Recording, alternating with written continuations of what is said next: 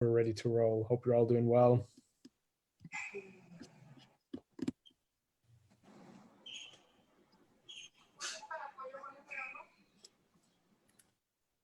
Okay, I can see it now. Yeah. All right, there we are. Welcome. Good evening, and we are live. Thank you all for tuning in.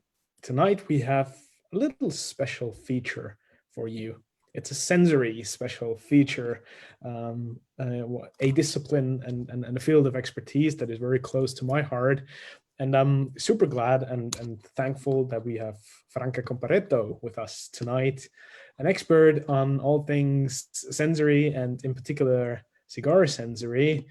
Franca, the founder and owner of Cigar Sense, thank you so much for being part of the Light 'em Up family, and thanks for tuning in. Welcome.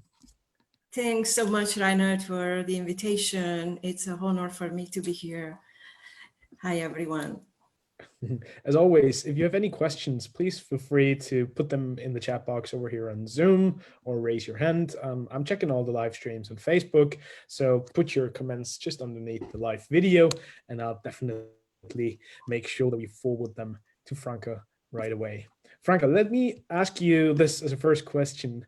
What would be your earliest sensory memory? When you go back in time, probably to your childhood days, what is that one particular, probably your earliest childhood memory that still sticks with you? Oh, that's a nice question. Thank you.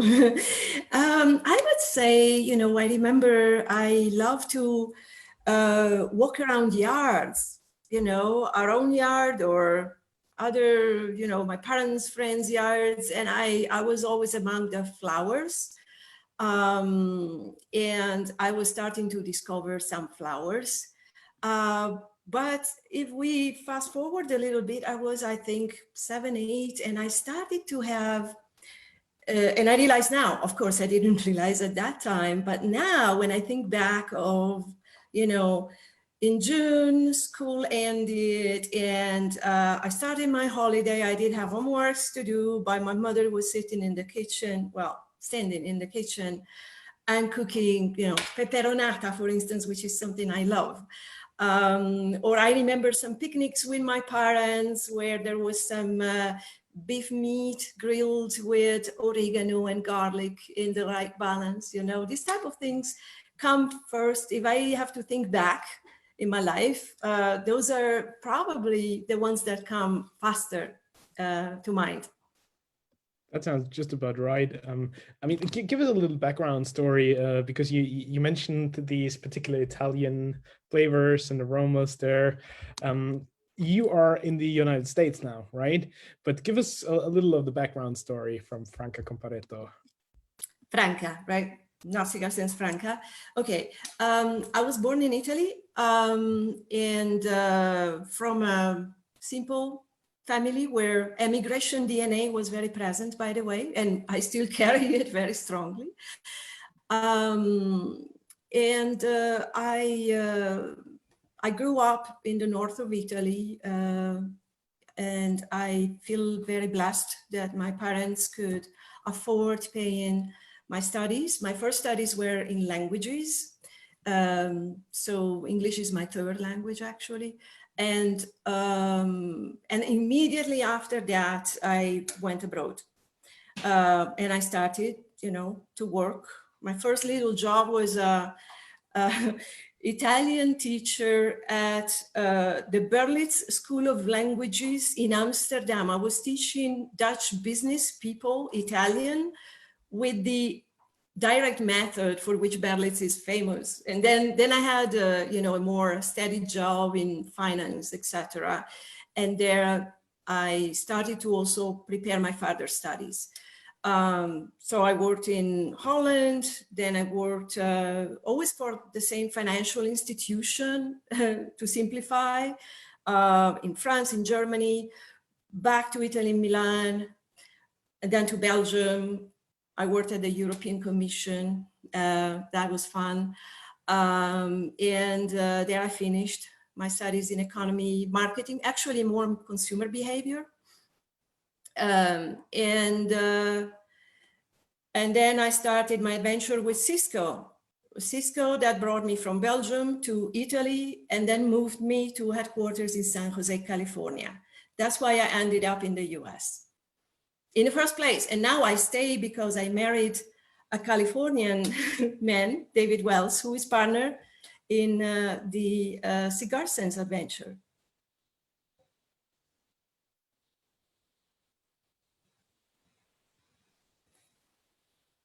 At what point in your career did you first discover that love and appreciation for handmade premium cigars?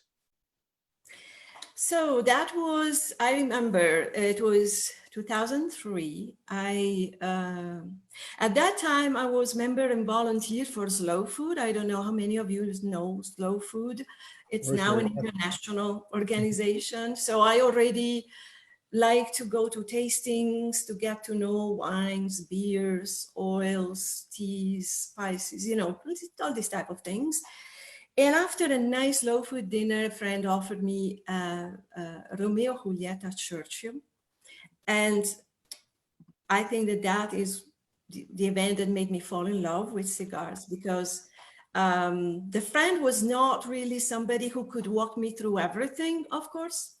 But I had already decided I'm going to learn as much as I can. And I can, I actually found a club soon after that, Puro Motivo in Torino, which is still my club in my home country. And then I was patient. I was waiting that they would start the first class in Torino for what they call catadores. It's classes organized by the Cigar Club Association of Italy. And I joined the course, and you know, that's then how I started to wanting to learn, because as you start to learn more, then you want to learn more and more, right? It never ends.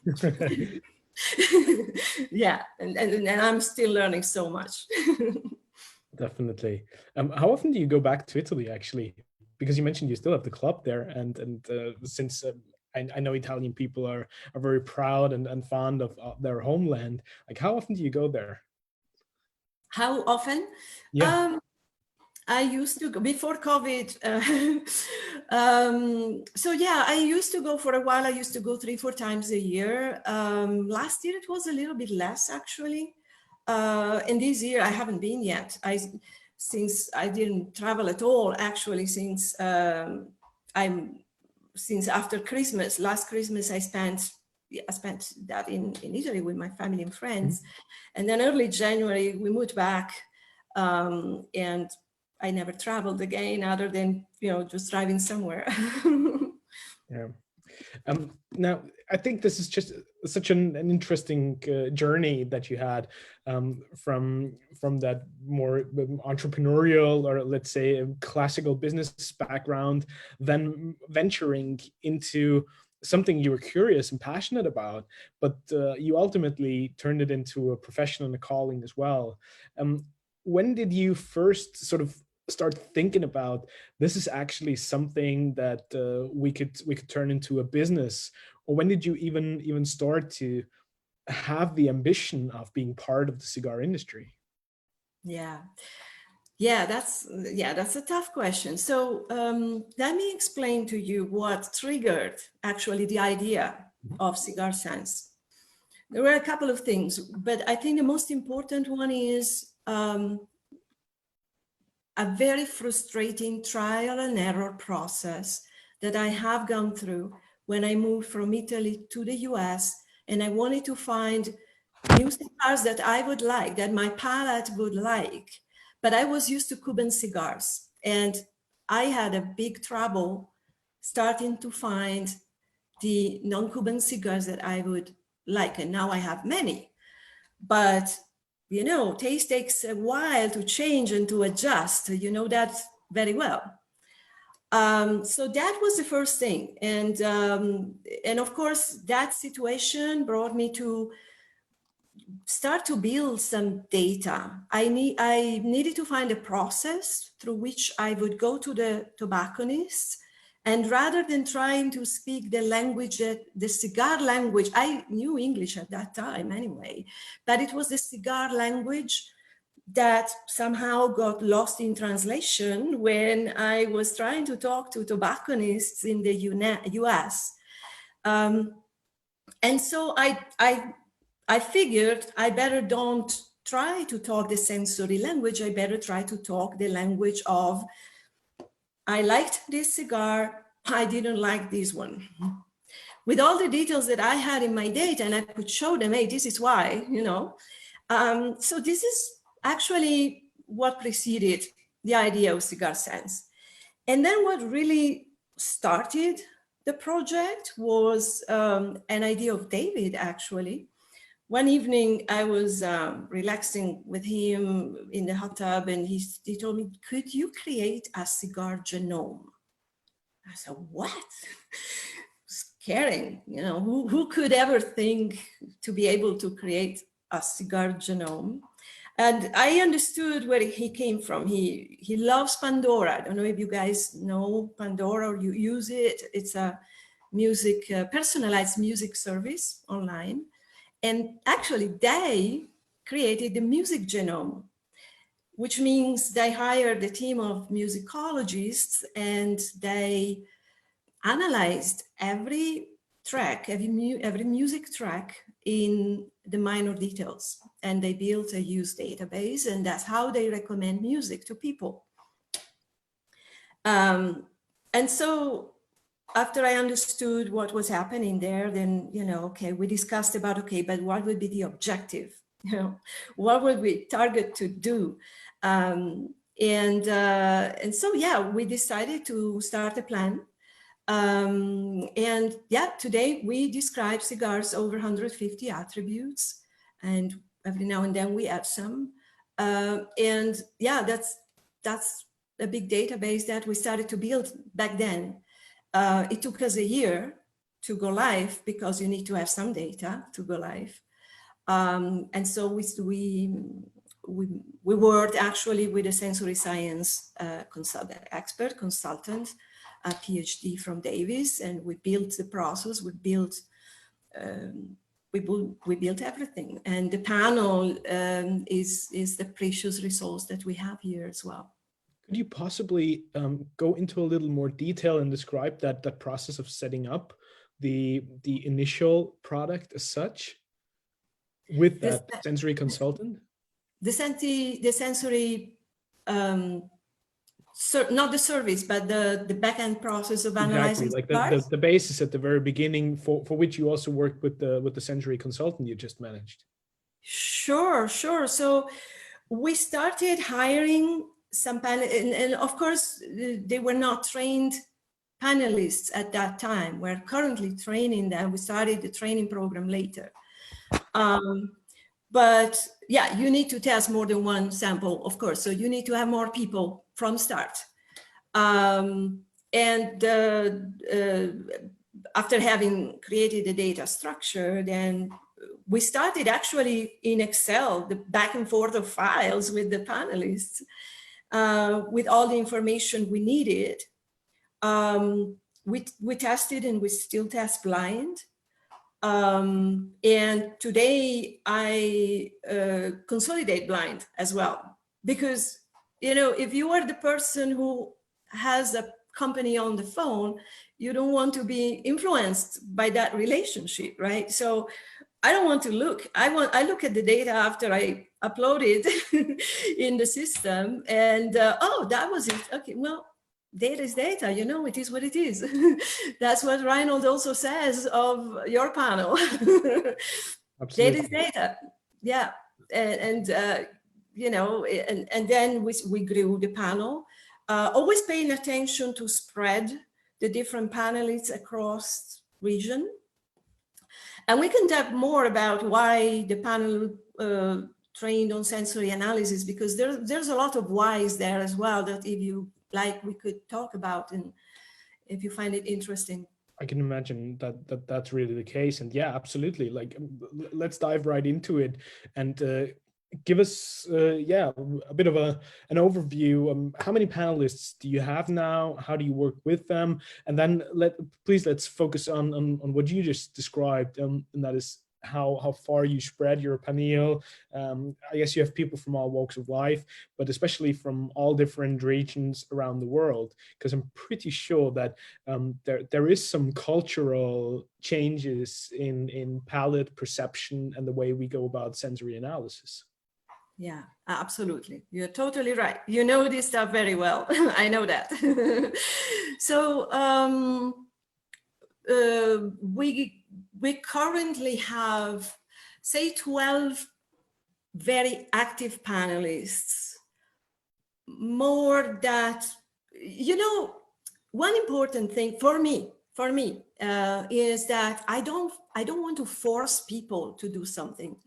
They have to like doing it, right? And if they don't, I sense it, and then I just don't ship samples for a moment until they tell me, hey, I haven't heard from you for a while. Oh, okay, so you're ready again. All right. So, but say active, let's say 12. And I think that's a good number also because we test 10 samples in general for each vitola. So, you know, there's a way to play with that. That's great. And I actually, at the beginning, I had no network when I started here. I had zero network, zero relationships. So, you know, I went to my Italian buddies, the schoolmates, and I asked them to join my panel. And of course, they wanted to help. So that's how we started. And you could say the regional spread was not very good at that time. But in fact, we also keep retesting some cigars, you know, over time. So that saves us, right? So, and they were, of course, people who had at least the same class as I did, you know, catadores. They knew how to evaluate a cigar. They have been smoking cigars for a while. And then I started to find some equivalent people, at least who knew what it was to evaluate a cigar. And then I started to also say, hey, it is not so important to be able to judge. I don't like judging the cigars, right? We need to focus on the description. That's also part of the sensory analysis method. We need to focus on the description. It's true that you have different parts of the analysis, and one of the final parts is evaluate the properties based on the individual properties that you have sensed and described. That includes somewhat a level of judgment, of course, subjective judgment for each. But overall, you know, I didn't want to see in the comments, so I liked it, I didn't like it, right? And let me also say, actually, the comments are important to me, but we never publish the individual comments of the panelists. Just like what happens with Cigar Genome. You publish the highlights, that is the result, the consolidated results of all the findings, but you don't put comments of, Reinhard wrote this, and you know, that's not the point of the panel, right? Otherwise, you don't have a panel. You have individual subjective judges. So you know, now the experience in evaluating cigars and judging cigars is much less important to me than the certain other skills, and one of them is being open-minded. It's not because, so we have some limitations when we do blind testing. The visual aspect might be distorted a bit, right? Because we do see the cigars. We have to evaluate the visual, the appearance as well. But that is a cause for bias. You know, if I like a Connecticut wrap cigars, I am more likely to give a better evaluation of a cigar. If I don't like it, you know, I have those. I started not to test myself anymore unless I have a lot of same size, same type of color cigars that I reband, and then I know I have a bad memory, so then I do it. Otherwise, I know I know what I rebanded, so I can't test, and I can't be affected. That would be another bias. If I reband, it wouldn't make sense. It wouldn't make sense to smoke blind, right? So there's a lot of areas where we are influenced when we do our work. We need to just be aware of that and find the right way to tackle that through the method. It's amazing because when I consolidate data, I can see clearly, and that's beautiful. It moves me when I see that 3, 4 more even panelists have even the same aroma. Level 2 aroma, the detailed level of the aroma, the outside part of the wheel, in the same position of the same tertio with the same level of intensity. That's the best we can get from any region in the world. Franca, before we go into a little more of the sensory details, just walk us very briefly through the process now. When you take on board a new panelist, obviously you mentioned it's not just somebody who has been smoking cigars for all of his life and then be like, I like it or I don't like it, because there's a difference, and I'm not always sure that people are clearly making that differentiation between an experienced smoker and an experienced taster or panelist. So when you bring on board somebody, how does that transition process look like in order to bring the new panelist up to the format or the way you conduct those tasting that you would like to have with Cigar Sense? Yeah, so the onboarding includes, of course, knowledge of the system, of what the purpose is. You need to know what the purpose of what you're doing is. So the first thing that seems to me logical is you have to know Cigar Sense, what it does, well, who it serves, right? Second thing is we have a theoretical introduction to the sensory analysis and how we apply the principles for our tasting. So there are guidelines. There are some do's and don'ts, but that's part of the game. And then we do have some little shipments of little vials that we send to, because calibration is an important aspect. So a panel needs to offer 3 big things: calibration, it needs to be reproducible. Sorry, how do you say that in English in the adjective form? Yeah, and it needs to be reliable, right? So what we publish needs, the consumer who reads our analysis needs to be able to find back those aromas that we call out, those tastes that we call out. That's what I call needs to be reliable, and you need to offer a reproducible experience.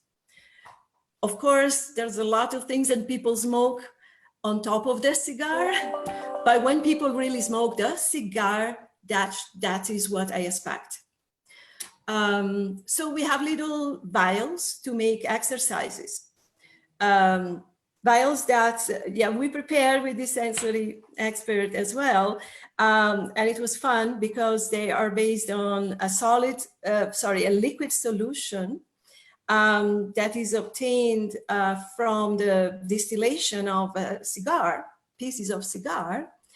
And to that we add, some essence. It could be essential oil if it's a natural substance. It could be synthetic lab created if it's like leather, for instance, or chocolate or so. So you pretty much take a distillate of a cigar and then you just amplify one particular high note in order to be able to disassemble the individual characteristics. Here's chocolate, here's coffee, here's leather. Yeah. And what is cedar to you must be cedar to me. Franca, Or that's we get it actually all wrong. that's a very interesting point here, because you know, quite often we talk about everybody has a different scent memory, everybody has a different sort of sensory database. Because if you tell me a particular whiskey, for example, smells like heather honey, yet I've never seen or smelled heather honey in my life, it will be difficult to have that particular scent memory. So how do you go about that? So yeah, and you said it completely right, because there are different things here. So, and that's what the sensory sciences try to address. There is this so-called experiential gap, which is what you described, okay? So this means that to the same stimulus, I respond in a way that can be totally different from yours. That's human. That's human. That's why, you know, sensory sciences focus on the human beings. They also have, of course, laboratory machines, of course, but the interesting part here is in the human behavior, the human response to a stimulus. So you need to have the genetical, first of all, set up to be able to recognize the stimulus. And then you have your brain that needs to connect from one side to the other, because the sensory experience is in one side of the brain, the language. So the way we interpret the sensation and needs to find a name, ideally a common shared name in the industry, is in the other part of the brain. So the two don't connect by default. We need to train them.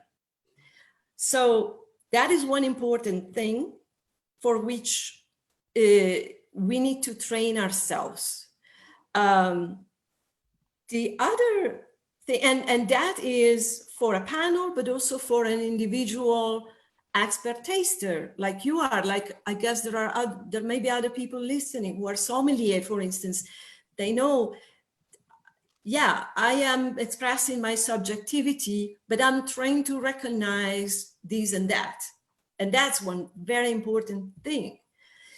The other part that we're addressing actually more through the panel is that we are all human beings, and therefore we have a lot of biases everywhere. Biases have genetical, cultural, psychological origin. You find biases anywhere. We're not even aware we have biases. I've been having a bias for coffee for some months. And then I was starting to see that too often in the data. At that time, I was still having to test the cigars myself. It was in the past. And so, it's not true. It can't be true. I have coffee in almost every cigar I smoke. It's not possible. And in the moment in which you realize yourself or somebody tells you, then you start to focus on that, and then you can correct it. But otherwise, we have there are, well, let's leave aside the genetical type of biases. I mean, people don't have an equal amount of receptors and sensitivity in an equal way. We are all different there to start with. Two, cultural, that's extremely important. I mean, there are people in the US, for instance, many people, when I talk about animal aromas, they look at me like, well, you know, they have an aversion. Mm-hmm. And then you look into the details and you are, okay, all right, yeah. And, you know, we're smoking young cigars, and those are very frequent, right, in the cigars that we smoke. And, or there, you know, these aversions may also have an origin. And I'm not confusing aversion with biases, but what I mean by this is that when we have an aversion, we often are not positively set up to evaluate something. So we can think about cheeses, for instance, you know, from when we are children. If we grow that association, it can be negative for certain times, especially for the older cheeses. You know, that's a difficult thing. we can have, there's the so-called sour bitter confusion, which is another interesting thing. It's cultural. There are people that confuse bitter and sour, and they're more frequent than you think. David had that, and he corrected it thanks to the work we're doing, actually. And that means that, you know, even the labeling of products may be incorrect, like bitter lemon. Bitter lemon has sourness. It's sour, but they call it bitter, you know, these type of things. And maybe because I'm Italian, or in Europe, we're more used to drink some bitter aperitif drinks or digestive drinks, and maybe that's why less of us might have that confusion, but it is very frequent, however, among people. Yeah. And I think that's exactly why before we were talking about, you know, having people on the panel from all ends of the world in order to sort of, you know, dilute such cultural or regional biases and individualities, right? Yeah. Franca, let's just maybe for those people who are listening who are less into the whole sensory analysis and sensory evaluation, to make it a little more digestible and easily approachable. When you get a cigar, how does the process of you or one of your panelists sampling that cigar look like? I think it's the usual. So the act of smoking a cigar does not require any particular, you know, different way of handling the cigar. We analyze, you know, we do the raw analysis, meaning we observe it, of course, before we start to cut and light it.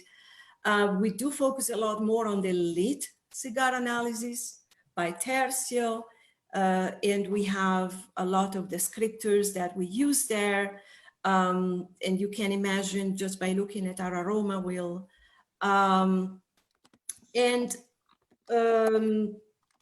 Then, as I was saying before, we have the evaluation of the overall quality based on the previous evaluation of the individual properties and how it all fits together. Because let me phrase it differently. What are some of these individual qualities that you're actually going through when sampling the cigar? Oh, it's sorry, I give for granted a lot of things. So it can be complexity, evolution, balance, persistence. Those are probably the most common if you hear about them. Yeah, so there's definitely an evaluation of that. And then there are the other typical types of evaluation of the burn and of the ashes, you know, the usual evaluations.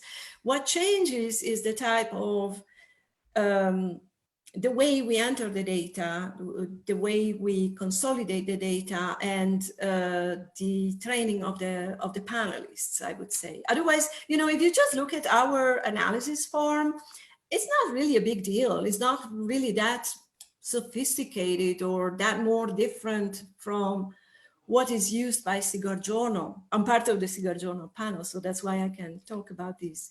It's not really that much more sophisticated. You know, it's not a big deal. You know, it's not like, oh, we all have to use the Puisa method. We light the cigars before we cut it, because it's nothing like that. Yeah, true. Like, I mean, you mentioned biases and misconceptions before, and I think one of the most frequent misconceptions when it comes to cigar analysis or evaluation is in particular regarding the strength and intensity or the body of a cigar. You know, we throw around all these wordings very, very freely and openly without very carefully and attentively focusing on what they actually mean, right? Because some people might say this is a full-bodied cigar. Somebody else might say it's a strong cigar, right? It could be an intense cigar. Where do you draw the differentiating lines here? So first of all, if I may say, we have banned the term body from our website. You might laugh about it. I don't want to offend anyone, but that's when I started to realize how many meanings the term body can have for different people. And we can't afford to recommend cigars to people based on the term body. So the term body can be, you know, the aroma intensity, the tactile perception intensity, the taste intensity, the persistence, the smoke density. It can be so many things for different people. And maybe that, you know, for you and for Cigar Journal, it means something clear. And that's great because you have a common language. Now, because we work online, we need to avoid any source for misinterpretation or confusion, because there's a new member coming in, doesn't know what we mean with body. And besides all, we have all sorts of members of all types of experiences. So you can't really, you know, and it's difficult enough. I know when it comes to language, when I talk about complexity, maybe it doesn't mean anything to somebody, but, you know, at least we try to be able to explain every term in one way. Give us an example, especially regarding complexity, which I think is very important to a lot of cigar smokers, because like, especially when you smoke a lot, nobody likes a boring cigar. What does complexity mean in the world of Cigar Sense? Excuse me. Excuse me. I just got a moment to drink. So complexity is an horizontal dimension that takes into account the proportion, the quality, the variety of the aromas. So when looking at the way we represent the sensory aspects of the cigar through our charts, some people told us, oh, okay, so I see a lot of sections filled in, so there's a lot of aromas in this cigar, must be a complex cigar. That is not necessarily true all the time, because one thing is the quantity of the aromas, one other thing is the intensity of those aromas, the other thing is seeing that in conjunction with other elements, like what constitutes, I call it spine. The nicotine strength, the tastes, the tactile perceptions are the most important factors that make the spine. So the aromas need to be in balance, like every master blender aims at doing, with the rest of the sensations. And so that is complexity to us. It's not just the quantity and the intensity of the aromas that we find. There could be some aromas that can be elusive. They can be dusty, they can be not clean. So, you know, there's a lot of things that then create this final complexity idea. Does that match your interpretation of complexity? I think it's a very interesting point to bring in the element sort of quality of the aroma and not just the quantity of different aromas that you have in there, right? And I think that's the key part here. Franca, I would love to bring some of the questions to your attention, because we've got so many people watching over on Facebook, and Jose Blanco was watching. So we're honored to have the professor joining us over on Facebook. Thank you, Jose, for tuning in. Franca, he was asking, do all of your panelists retrohale? That's an assumption, of course. Now, let's be clear. I'm not the one telling them you have to retrohale at every puff or a minimum number of puffs. I I do see when I consolidate the data, right, to what extent certain aromas have been identified or not. And then, but yeah, overall, yes. And by the way, there are ways to perceive the aromas from within your mouth and stimulate the receptors in a way that doesn't really force you to exhale through the nose. Right. So, they are free to use whatever they judge necessary to identify that. And they're very clear in terms of the objectives of the analysis. So, yeah, I would be surprised if a panelist would tell me today, hey, I've never been retrohaling. I would be like shocked. That's a good point. And then Lawrence was asking, are the calibration kits that you use available to buy? I guess he'd like to do some testing himself. That's a complex thing. First of all, I've been trying to hand them over when I would meet them at some trade shows or so, rather than shipping them, because already shipping them might be a problem. Mm-hmm. It can be tough. No, I mean, selling that would mean changing some business models, which we have not considered at this point. But it's interesting because I've been asked this question more frequently. So, maybe there might be some change. So, but thanks for the interest. Yeah, they're very interesting. We also had a question from Ray, our big supporter, our all-time here, every day, every lounge. Ray, the man, the myth, the legend. Welcome. Please raise your question. Hi everyone. Yeah, thanks Reinhard for that. Yeah, it's not because I don't have social life, but obviously it's not stuff to do at the moment. That's why I'm really pleasant to be on that kind of shows and talk with all the interesting people. Even today, I'm so enjoying that session. It's very interesting for me. It's not only talking about the few stuff and not explaining anything or anything. It's just a lot of details, which most of them I didn't know. I have myself for experience guy, but obviously I'm not that experienced as some of the people here.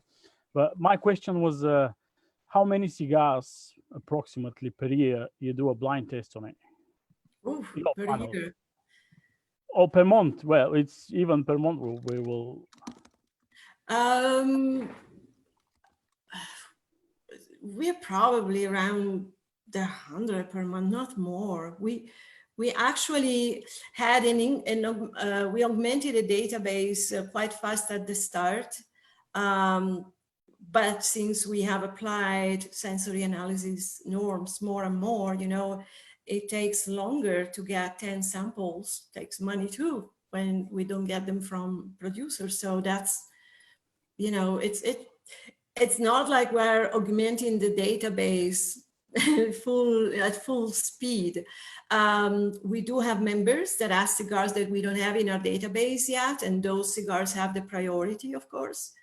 Else, with the COVID, we stopped everything basically. We didn't ship anything anymore. I've lost some packages in the past with prior to COVID already anyway. So, and that's the answer. Yeah, thanks for that. One more question, Reinhard. Did you as many as you like, brother? Thank you. Did you do tests only on the new release cigars, or also some vintage one or old one, or even let's say someone will make a test on, let's say, all vintage 20 years old cigars? Did you do that as well? So let me say, we do not support we're not fast enough to respond to newly released cigars. We're not focusing on the new releases necessarily. If it's an ongoing production and we find good to add to the database, we do. Maybe the manufacturer wants to send us samples, and that's great. We do add them. We do not deal with vintage cigars neither, because that's a different type of work. Even our aroma wheel does not include the aromas that are supposed to be there for vintage cigars. There are some special aromas that you need to take into account there. The vintage cigars are a totally different market. People know where to go. They don't need Cigar Sense to be recommended what other vintage cigars they could try. They just go by the procurement source that they know or they're looking for. Thank you. You're welcome. Thanks for the question. Frank, a follow-up question on what Ray was mentioning. Whenever you bring in a new cigar, would all of your panelists have to try that particular cigar and multiple sticks of that, or could it also be just a fraction of the panel?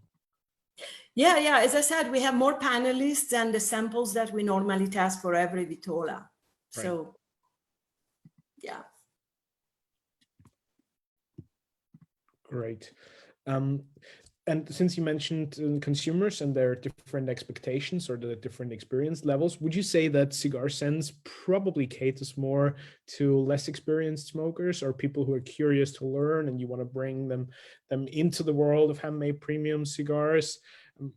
I mean, I guess you have all sorts of subscribers and people in your ecosystem, but would they probably get the most value out of it?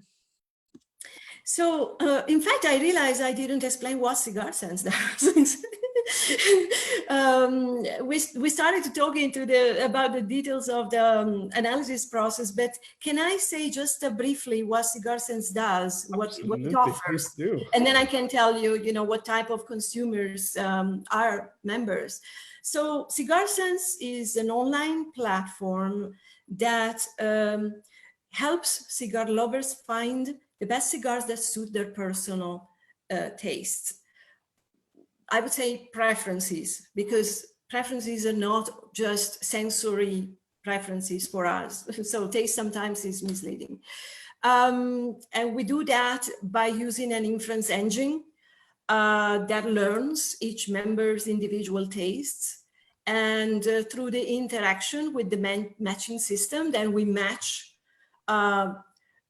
every cigar to every member, and we rank the cigars for the members, for the consumers, based on how highly they fit to their palate.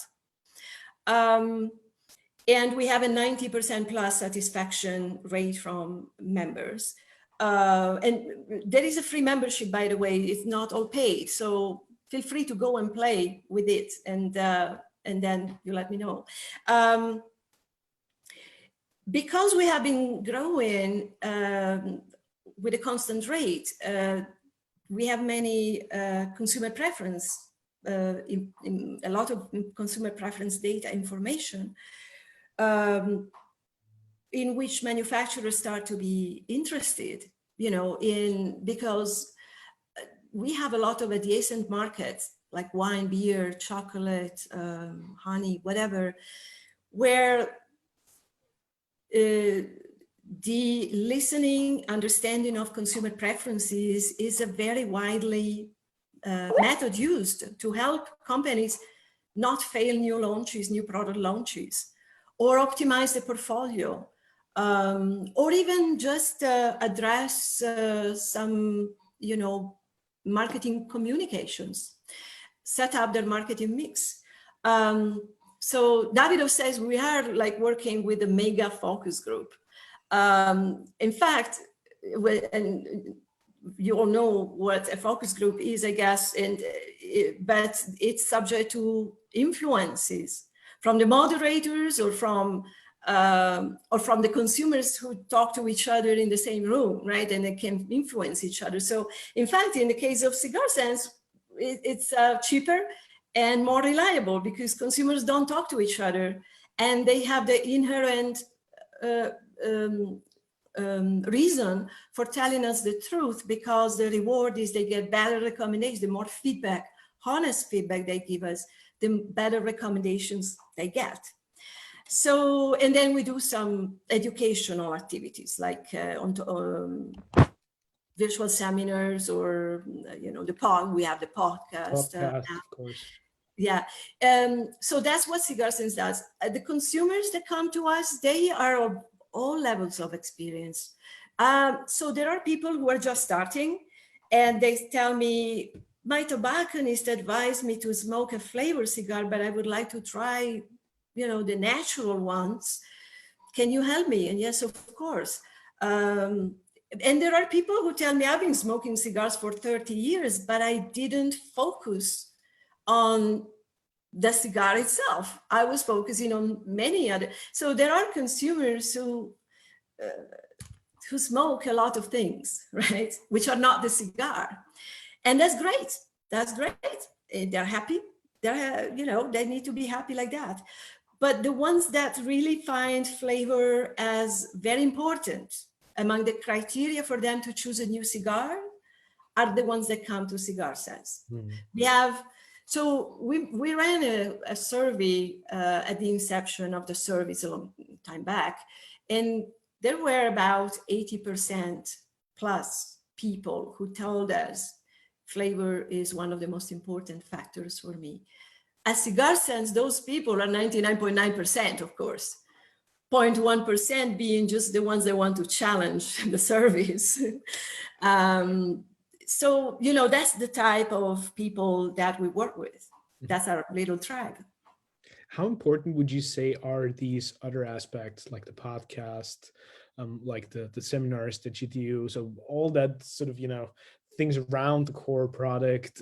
Would you say they play a much more important role now, and is it evolving, or is it just an extra tool for you to sort of keep in touch with the community and exchange some ideas?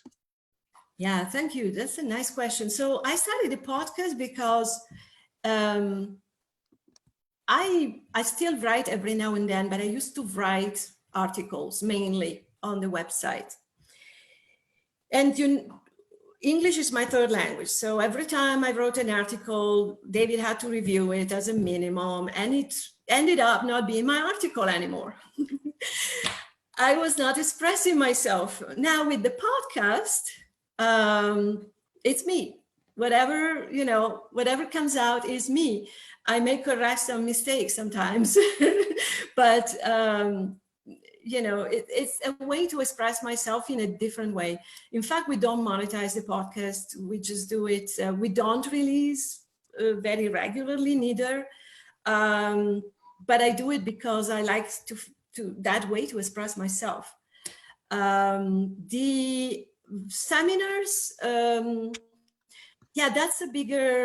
that's a bigger exercise. There's more work related to that. So that's why we don't do them very regularly, but we will repeat it because it was very successful. People are really looking for education. Yes. That's a wonderful point. And actually something that I just wanted to follow up with. Do you in general think that we need to improve sensory education and knowledge? Yeah. That's a big question. Of course, if you ask me, I tell you, of course, yes.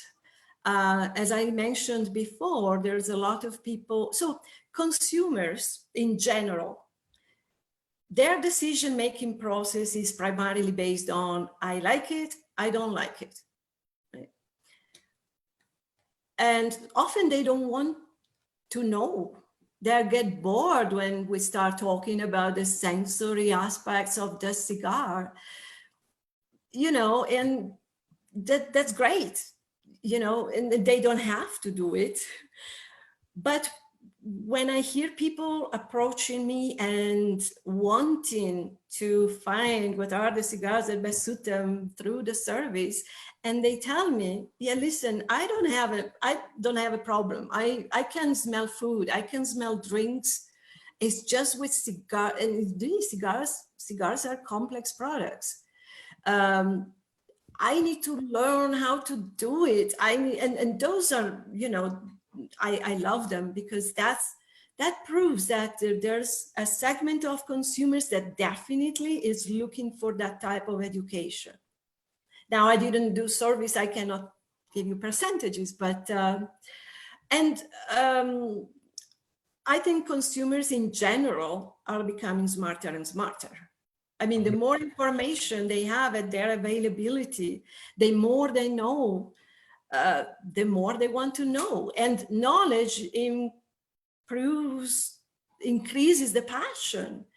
And the more we know, the more we have pleasure through cigars, the more we buy what gives the cigars that give us pleasure. It's good for everyone, right? It's good for the consumers and it's good for the businesses. It's an amazing point that you make in here. And I like the fact that you mentioned, like for some people, it's, do I like the cigar, or I probably don't like it. And that's ultimately all that matters, right? Because it should be a pleasurable experience and we don't have to overcomplicate everything. But the more we know, as you perfectly stated, the more curious we probably get. And I feel with every question that we can answer, we just discover even more questions, and we want to dig deeper. And Yeah. I mean, some of the industry legends like Jose Blanco and Carlito Fuente and Nestor Plasencia and all these folks that were on the show as well, they all mentioned, we keep learning every single day. And Yeah. that is fantastic. Oh yeah. Oh yeah. I don't know that there is somebody who can say, no, I know it all. There's so many aspects as well, and that's also why with Cigar Sense, I kind of, I point to articles on Cigar Journal that talk about how to light cut a cigar, because you can't cover everything, every areas of the knowledge on cigars. Master blenders will give you their view, which is already a very wide and very deep view. Retailers will give you their view, and everybody has a different, we just need to put it together. I think it's a fine line also. And I was curious, how can we, and especially you with Cigar Sense as well, offer a learning experience without being too pushy or overly schoolmasterly? Without being too pushy, meaning you have to do this, you don't have to do that. Yes, and like with schoolmasterly, I mean, like, giving other people that study the impression of, well, we know everything better anyways, right? Oh, yeah. Well, they're not my tribe, those people anyway, But maybe I can, I'm not sure if this answers your question, but there's one big learning we had with Cigar Sense through, since we exist. We did a survey in order to understand how to build the user experience. Does it need to be for people who are knowledgeable? Does it need to be for starters? Now, and that's also a very nice Dunning-Kruger example here, but we believed it. We really trusted the answers, right? But most of the people in the survey considered themselves as knowledgeable, expert. There's a lot of these. In the industry, there's even a lot of competition among consumers on the knowledge, I notice. But we did take it for granted. And we built a user experience that was not very useful to the real consumers that really had the interest in approaching a service like Cigar Sense. Because what we did was, okay, so now you're knowledgeable, so you must know, well, we didn't say it that way, but you should then know what aromas, what tastes you like. And we asked them to plot them into the charts, and that made their initial profile. Now, guess what? It wasn't right. It wasn't working. They weren't happy because they thought, like David, I was talking about the bitter and sour, confusion. Like David obstinating himself, that was very funny, to not accept the profile advisor that was telling him, accept a little bit of bitterness in your cigars. You won't be unhappy. And he obstinate, no, I hate bitter. His favorite cocktail is Manhattan. Now, and he kept saying, I hate bitter. So, it did. So of course it didn't work for him. It didn't work for these people who thought they knew what they liked. So we changed dramatically the user experience. And we made it like, okay, start by telling us some cigars that you liked. And then we infer your profile. And then we recommend you some new other cigars that you will like based on that. And then you take it from there. And that works so much better. Because, yeah, these biases are not things we're aware of. Great point when speaking about the user or customer experience in general. I'm pretty sure you changed quite a few customer experiences and customer journeys for the cigar industry, right? When you're working with companies like Davidoff. What could some of those perception shifts look like when you work with a cigar company, a manufacturer, or a brand owner, in order to help them bring their experience to another level? So unfortunately, there's not enough time that elapsed since we started to offer that service to make some really conclusions in study cases. But we definitely help build in the marketing mix, because when we can tell some people, okay, in this region, this works better than in this other region, and we can connect. So there are a lot of people in the industry that work based on demographics, right? And so they want to see the data broken down not only by region and what might work better in terms of the sensory properties in general, but also, okay, how can we get, you know, some more information about these people so we can reach them better. So that's a first example. But we had questions like, so why didn't this cigar sell? Mm-hmm. Okay, so of course, if you work with us, you need to set the marketing and sales effort aside for a moment, because what we do is not something that that can allow you to compare, you know, the success of sales. So on one hand, you need to keep doing, you know, based on past sales data, your statistics, but then you can have an insight on, okay, so if you think that you have done everything as you usually do with marketing and sales, now these are interesting points, right? So this cigar presents these and these, and in that region where you were trying to push it, this works a little bit less. So, you know, there's a lot of data and we just, we need to make some sense of it. And so the best for us is to respond to specific questions. However, what we do is also we save people money by running the samples with our panel and then with our consumers. So when you launch a new product, you first have a small group of closer people test it, and then you have consumers, maybe with the help of a distributor in a country or so, you have consumers test the cigar as well. You have already invested at that point, pretty much, because you've chosen the blend, right? But we can actually make people save money by doing faster and in a cheaper way the same, just based on the data, without actually having to ship out or distribute cigars or so. And we can do it, of course, with the expert panel and then with the consumers. Marvin, you had a question. Welcome to the show. Always great to see you. Hi, guys. So glad to see that you fixed the electricity problem, Reinhard. Yes, I have to say though, I was without light and electricity for 2.5 hours. Everything was dead, but it was sort of the entire block here. It was crazy. That's a first in Vienna, right? You're based in Vienna. Yes, that's true. It was quite weird, but I'm super happy the show kept running and people were still online when I tuned back in. So I'm truly glad that you guys keep the show running anyways. Good to see that happen.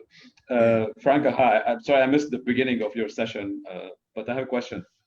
I mean, don't you think these reviews that like 88, 91, like what's the difference between 88 and 91, for heaven's sake? And all the cigars are 88 and above. What happened to 75, to 52? I've tried cigars that I could go through the first 3 puffs and I throw it away. And then I look at the reviews, 88. Like, seriously, guys? So don't you think that these ratings, I can see Ray laughing. Don't you think that these reviews and rating are like way, way off, and in some form they influence badly the consumer, or maybe the brands are relying more on these ratings just to sell based on advertising money that they put with that? And so magazine, excuse me, Reinhard, for that question, but just amazing. I love the question. Bloody hell, what do you please. think? Are you asking Reinhard first? Because this I'm part asking both of you, actually. Okay.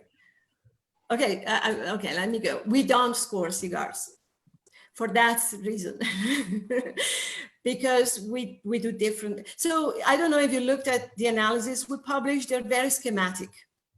They are aiming at eliminating as much as possible the subjectivity of the panelists and give you the data that is really what we believe is the data that is of value to advise consumers. And if consumers can read a lot of interesting reviews from bloggers, from, and Cigar Journal has a panel. They do score cigars, but they give also very succinct, summarized version of the sensory, experience of the cigar as well. And I think that for the same reason. And then there are the consumers who smoke the poetry of the reviewer. And of course, there's a lot of influence. And there's a lot of reasons for which consumers go to certain sources or to others. What we try to do with consumers is, first of all, our service is consumer-centric. So anything that you might call review that you see published from our website is for consumer use in the first place.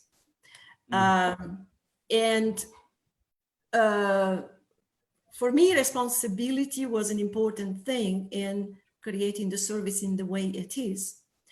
I never published a personal review of a cigar myself. I never did that because I always thought, who am I to try and change other people's taste based on my review? My taste is my taste. But then if I work with the panel, if I train the panel in the way I explained earlier, that's a different story. But there are consumers that find the Robert Parker of the cigar and they find sympathy with that Robert Parker, and then they would buy any cigar that that person would blog about, would say. So, the problem is that what I think ultimately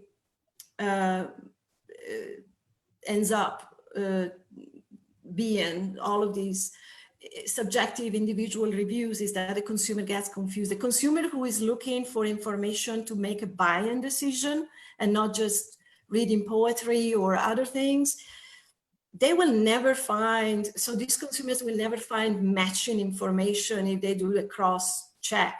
That is what happened to me when at the beginning, I explained how I arrived in the US and I went through this trial and error process to find the non-Cuban cigars that I could, that could fit my palate in the US. And I was reading reviews and I get headaches every time because nothing matched. So, I start to like how somebody writes a review, but then I read another one that says totally different things. So that didn't work for me. So, and that's also why we don't do that in that way at Cigar Sense. Hopefully I answered. Thank you. Now I'm playing host. Your turn, Reinhard.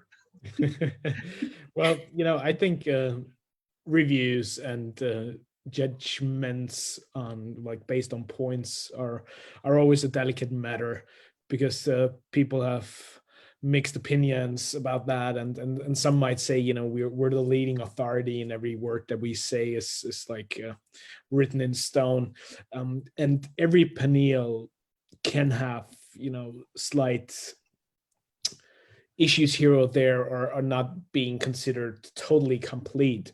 For me personally, I have tremendous respect for every single cigar that I get to smoke. So when I write my personal review, first of all, I know that the aromatic descriptives that I use will probably not be to everybody's liking, or probably they can't perceive the very same nuance, but that doesn't really matter. I, first of all, look at the cigar with the utmost respect, as I told you, and I'm also using as much of the bandwidth as possible when doing a review. And I love the point that you mentioned, we're always fiddling around with the 88s and the 89s, and then probably a 90 shows up or something. If I like a cigar, why not give it a 95, 96? And if I do not like it, or I think it's not up to the quality standard that I was expecting before, well, then give it a low score, right? But I think that's also partly due to playing safe a little bit. It's like if you ask people to do a poll, most people will be like around 8, or maybe giving a 3 if they really don't like something, because we're always afraid to give it a high or a low score because something great might come along, and then where's your cap? And you really do not want to give a very bad rating to something you don't like. So without being able to give you like the exact answer you were probably looking for me, it's first of all about the respect. Then using the scale that you have available in terms of points. And as Franca mentioned, there's different purposes for different reviews, right? Some might be more lyrical and entertaining, and others might be a little more critical or trying to give people a buying recommendation where it can get a little edgy, though, I think. So always keep in mind what was the intent of the review in the first place. Yeah, and if I may add, there's a friend of mine who is a sociologist and summarizes it so well. So it all depends on the relationship you have with the reviewer. There are people who are one level up with the reviewer, so they feel superior to the reviewer. They will criticize anything. People feel one level down and they will smoke the words and the rates. Yeah, I get that. Yeah, but you totally answered my question. But again, I still feel that taste is very subjective and personal. So I'm not talking about taste itself. I'm talking about the approach for the review is quite. Yeah, I'm not. Well, Reinhard said playing safe. Sometimes they play it nice. There's a big difference between playing it safe and playing it nice. And I see a lot of reviewer playing it nice with brands. That's my issue with the pointing grading system, 88, 89, 87. It's like, where did that come from? True. It's a very good point. And I fully agree, Marwan. But thanks for bringing up that point. Like, I think it's a highly controversial topic, and one we should probably discuss a bit more openly and more frequently. It's for me, I always feel like my background is in hospitality and wines and spirits. I've been part of tasting paneels in wines and spirits for a long time. And even there, you always know with bars and restaurants, even you can't live with the reviews and you can't live without them. So it's always that very fine line, and finding that balance is an ever ongoing challenge. I agree. Thank you. Thank you. Franca, a couple more questions that came through Facebook. How much importance do you give to construction, like the cap, the foot, the draw, and the overall appearance, pardon me? So construction and then appearance. Because yes, the mechanics, what I call mechanics and appearance. Yeah? Okay, so we have appearance for the purpose of our work doesn't have a high level of importance. For the purpose of our work, when I smoke a cigar, it does. Mechanics, yes, mechanics, so the construction has a part in the overall. So although we don't score cigars, we do have a quality threshold that cigars need to meet, of course, in order to be recommended. So and we do calculate an internal quality threshold, taking into account the construction as well. Yeah, it has, of course, a minor importance versus the sensory aspects because of the work we do, but it does have its importance. Mm-hmm. Now, since we were talking about reviews and testing and all that, and even awards, probably, right? You got a Cigar Journal Trophy Award. Yeah. I'm curious, how did that sort of change your business and the international reach and recognition of the company? I am so thankful to Cigar Journal. Really, because as I mentioned before, I started in the US with zero network in the cigar industry. I had some friends at Cisco who smoked cigars. David smoked cigars too, of course, but I started with zero network, and it was very hard for me, especially being a woman and a foreign woman with a strange accent, talking to people. Cigar Journal really helped us enormously, and I can never end being thankful to Cigar Journal. Also, in fact, I wanted to mention something about the fact of being woman and Cigar Journal, which I'm not saying just because you're hosting me and you are Cigar Journal, but I also said it somewhere else. When I look at Cigar Journal, I don't know a lot of other magazines actually that I can compare to, but what was important for me also is to see that in the editorial parts of Cigar Journal, any editorial part, there will never be a woman pictured in a sexist, stereotyped way. And I appreciate that of Cigar Journal a lot too, because it does give a lot of opportunities to women too. Great point there. And if I may, let me follow up on this with a question, because I was curious about your opinion regarding the role of media in the cigar industry in general. But what you also brought up here is it made me think of social media in particular, because especially when you flip through Instagram, right, you might see some more of these nuances you were just describing, right? And people maybe trying to build sort of a reputation or at least a followership through certain topics or pictures or showcasing certain qualities, right? How do you see the media role in the cigar industry in general, and also the role of social media these days? So the cigar industry finds a big support in influencers. So that's what we see very, very well, right? So yeah, it's extremely important for the cigar. So I must say I'm not a social media expert. You can see that from my accounts. And I always tended to use social media as the place where I need to be just because other people are, and I need to post every now and then. I honestly never really paid a lot of attention, unfortunately, probably. But because I prefer to work where I really see the value growing, where I see, okay, hey, here I'm doing something of value. I like to see that, that's me. That's me. Plus, likes on social media do not necessarily convert anyway. We know that, right? Everybody knows it. So, yeah, I mean, it's good to have a voice, to be able to have a voice. And in the future, I don't know, I start to see some actions from Twitter, the COVID effect. I think there might be changes in the industry of social media for, either because somebody takes an initiative or because they're forced to follow the ones that do take an initiative. So I don't know, maybe we do see some changes. Maybe that actual value might count more than popularity at all cost. Who knows? Let's wait and see. I'm hopeful. Definitely.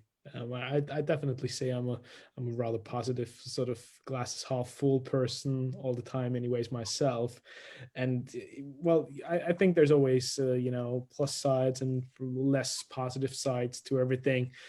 And for me, it's all about the intent and why you do what you do. I mean, going back to Simon Sinek's legendary "Start with Why," right? I think that will always show in the end.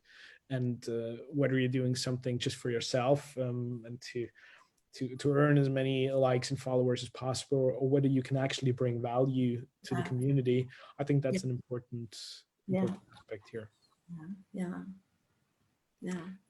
Franca, I'm thoroughly enjoying our conversation, and I think there's some highly interesting points to take away from the session, especially in regards to the sensory analysis and the evaluation.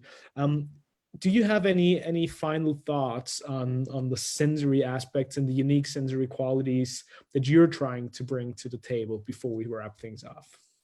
I'm sorry.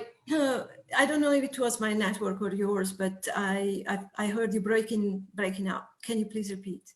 I was just curious before we wrap things off, whether you have like particular little sensory details that you would still like to share with us, or what, in your opinion, is like the unique quality of Cigar Sense when it comes to those sensory considerations and evaluation. That's interesting. Hey, I actually am thinking also about a question that Filippo Costi. Filippo, are you still there? I don't know. Oh, he very much is, yeah. He asked a question in another Zoom session that I couldn't answer totally. And maybe if I can explain the question, it might be of interest as well to other people. 100%, please. So Filippo asked if in sensory marketing communications, there started to be indeed more work. And if a manufacturer was to publish the sensory information, how would a consumer be influenced? Does it, so I would like to respond to Filippo a little bit more, and maybe it is of interest to others as well. So first of all, I think that a lot of people try to describe the individual leaves, but I think that might be misleading, because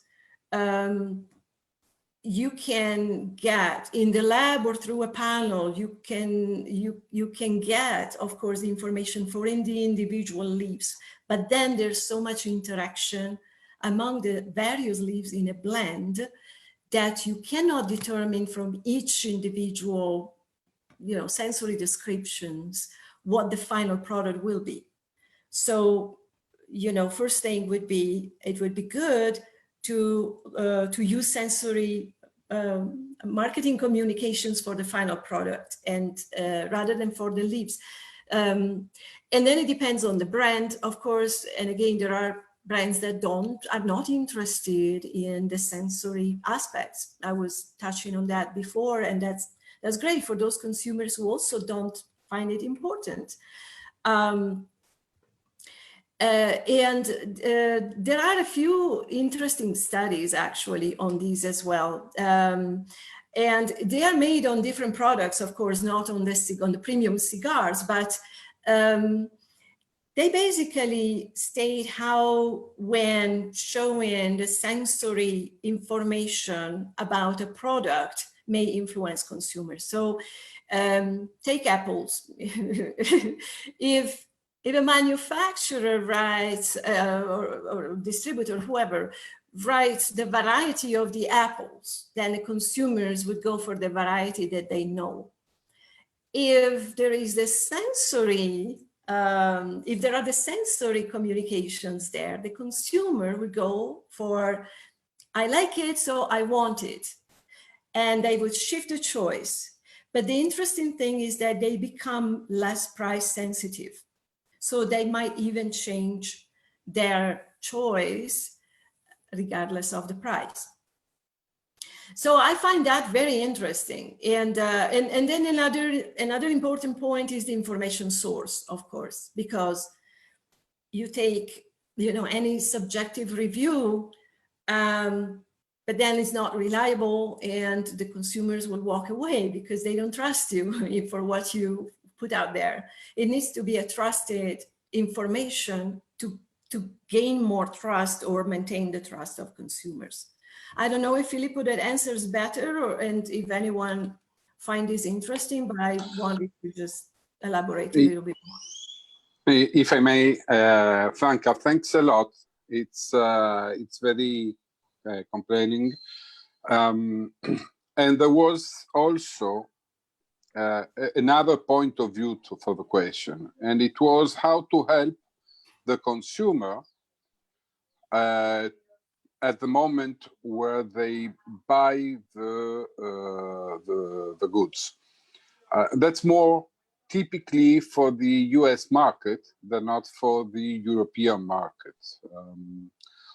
Or generally, it's a big difference between be able to walk into a humidor and to pick up the stick. So nowadays, and I'm talking because everybody knows that the regulation is making every day more difficult for the packaging, for the rings, to use colors, to use designs. Now, for example, in Spain, they get to the point where you are not even allowed to put a paper into the box telling the story of a company or of a story tale or whatever, no? Yeah. And my relation was with other two fields, wine and coffee. In wine, we went through the innovation of having the second label, that it's a smaller label on the back of a bottle, where tells you more about the wine. And in coffee, now we see that mainly for the third wave products, they are using a lot the colors, and they are using a lot of pictograms to let you know what you're gonna buy. So if it's more chocolate, more cherry, more flowery, more woody, more whatever. So somehow you can take a decision even though you don't know the product, no? And that was the part of the question. How helpful would be to have icons in the box that would help you taking a decision, knowing that those blends are more fruity or more woody or more chocolate or stuff. Okay, so yeah, I had captured more on the influencing part, but how can you help? Yeah, no, that's very interesting. Thank you, Filippo. What I think is labels and warning signs permitting, yes, I think it would be very, very helpful for the consumers that find that type of information important. I think that every brand has their own idea about, based on what their own and customers make the choice to buy their cigars. There was a manufacturer the other day who said, "Oh, I don't care. I focus on quality, the stories I tell, and the packaging, and that's it." So they don't care about the sensory information, but others do. And they know that because they know their end consumers do, because they find out. So definitely for those consumers who are more prone to buy because they recognize, I like it, I want it, and then they enjoy the cigar because the information is reliable, that would work definitely well as a help. Does this answer? Yeah. And then with the warning labels, of course, that needs to be reconsidered in terms of where do you put the information that you want to make available to your end customers. Where else? How else?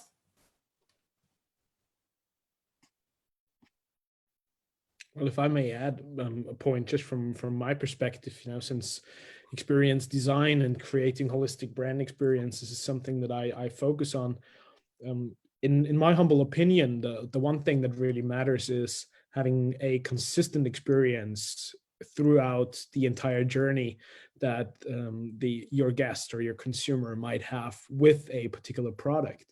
And it's probably not as important which individual aspect you're focusing on, but it's really making it a holistic experience and keeping that always along the core values and the lines that you really want to focus on. And Franca, the one thing that I think about differently is when you mentioned the leaves before, I think we could have much more information about the leaves. Quite often you just read that in the filler you have tobacco X, like be it Esteli, Nicaragua, right? And why not tell us exactly like the farm or the crop or the primings even, right? And ultimately, they, of course, they're individual parts, but understanding each and every single one of them will give you a better understanding of the overall composition of the blend and how they actually work together. I think that's obvious when you do sort of a tasting seminar like Jose Blanco does them, where you smoke individual tobaccos by themselves and then you taste the final blend in the end to sort of get a better understanding of the overall sensation. And then there's different approaches. There's manufacturers who won't tell you at all which tobacco they're using, yet they're making it a point that the overall blend is something you love. Whereas with others, you get very clear information, and that in consideration with the way you present it, the color, the packaging and all that. Or even if you have blank packaging, you could have a QR code in the box and you just, click it with your phone and then you get all the information. So I think that there's always going to be new ways and exciting ways to create such an experience and such a journey for the end consumer. And we will have to be creative with it, as long as you make it consistent with your overall brand purpose. Yeah, and if I may add, Reinhard, yeah, you're right. There's many manufacturers who don't disclose for different reasons. I understand for sure the regulatory one, but it's their choice. I think, though, in order for a manufacturer to publish to go for sensory marketing communications, it's not necessary to have the blend details, because sure, I do agree on that. I appreciate a lot what master blenders do when they educate consumers with, you mentioned Jose Blanco does a wonderful job with his seminars, and people really can understand what that wrapper is. I must say, in the everyday life, you don't have such a neutral blend every time that allows you to recognize back again that individual wrapper that you have learned about. It's all about the blend. That's why I was saying the blend is always way more different than the sum of the leaves. So I may say I like the Connecticut shade wrapper because I smoked 3 cigars that I liked very much with that wrapper. But then I smoke another 10 and they have a different blend and I don't like them. So, I think that we can probably go beyond that and kind of relieve the manufacturer. I mean, of course, and again, I'm with you. There are consumers who find that type of information extremely important. Maybe that's their only way to make their buying and purchasing choices for their cigars. Maybe they only go by wrapper, leaf, or maybe just country. But then you don't need to do all of these offers if you have most of these end customers in your tribe. Very good point, and an absolute valid what you're saying there. I think ultimately we sort of come back to the same point and think about it in the same way anyways. I feel like we could go on for hours Yeah. doing these sessions, and hopefully we will at some point and get into more sensory details. Franca, for now, I have a few final questions for you. Just before that, I wanted to let all of you guys know that we still have a truly exciting week ahead of us here at Light 'em Up. Tomorrow is our, thank God it's Friday, special feature, if you will, with Dapper Cigars. So we'll have Ian Wright joining us tomorrow evening. And then on Sunday, Robert Caldwell will be with us from Caldwell Cigars. So please make sure that you tune in again. You can follow all the action, of course, live here at the lounge, over on Facebook through the various streams. And I truly hope, as always, you enjoy our sessions as much as we do.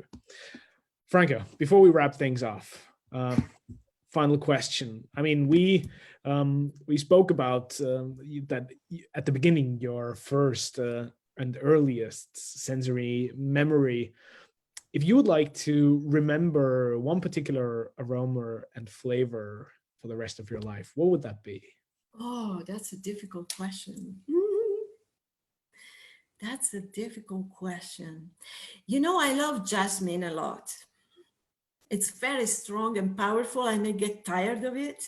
I may get a sensory overload sometimes, but I still keep liking the smell again. It might be that. It might be that. It connects me with tea. I love tea a lot. I love to drink tea with my cigars as well. Not jasmine tea, because that's a very difficult pairing. But I like to drink jasmine tea separately from the cigars, and yeah, that's the first one that comes to mind. And beautiful. Yeah, I might tell you via email a lot of others. That's amazing. So then give us your perfect tip. Of course, there's so many, but which particular tea do you like with cigars?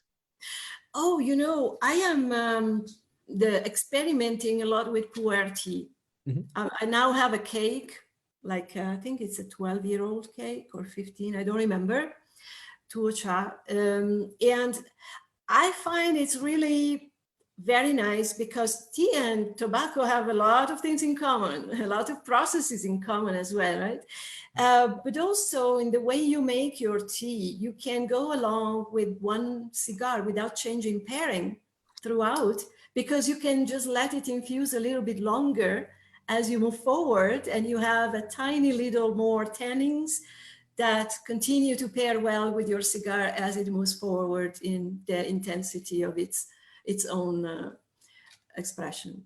Great point. And I would love to add to that. Just, I think we should definitely put more emphasis on non-alcoholic cigar pairings. Yeah. You know, we always talk about the rums and the whiskeys, and it's sort of very obvious, but especially non-alcoholic pairings can be so highly interesting, and they just open up far more opportunities for cigars to be enjoyed throughout the day. And they even speak to new audiences, people who are probably staying away from the sauce, right? So that's a wonderful point there.